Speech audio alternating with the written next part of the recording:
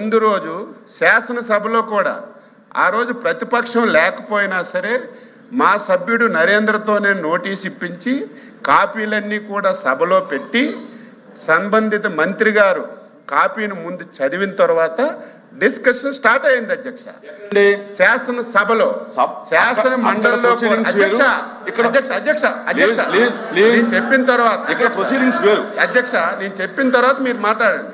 శాసన మండలిలో కూడా వాళ్ళు నోటీస్ ఇవ్వకపోయినా మీ దగ్గర బీఏసీలో అంగీకరించాం కాబట్టే మీ మాటకి గౌరవించాలి కాబట్టే వాళ్ళకి ఇంట్రెస్ట్ లేకపోయినా మేము బాధ్యత కలిగినటువంటి ప్రభుత్వంగా ముందుకొచ్చి మేమే కాపీలన్నీ కూడా ఇక్కడ పెట్టి మా మంత్రి గారు చదువుతారు మీరు చర్చించండి అని చెప్తే మంత్రి గారికి ప్రసంగించకుండా అడ్డుకుంటు కదా ఎవరో మీరే శాసన మండలిలో చూశారు అధ్యక్ష.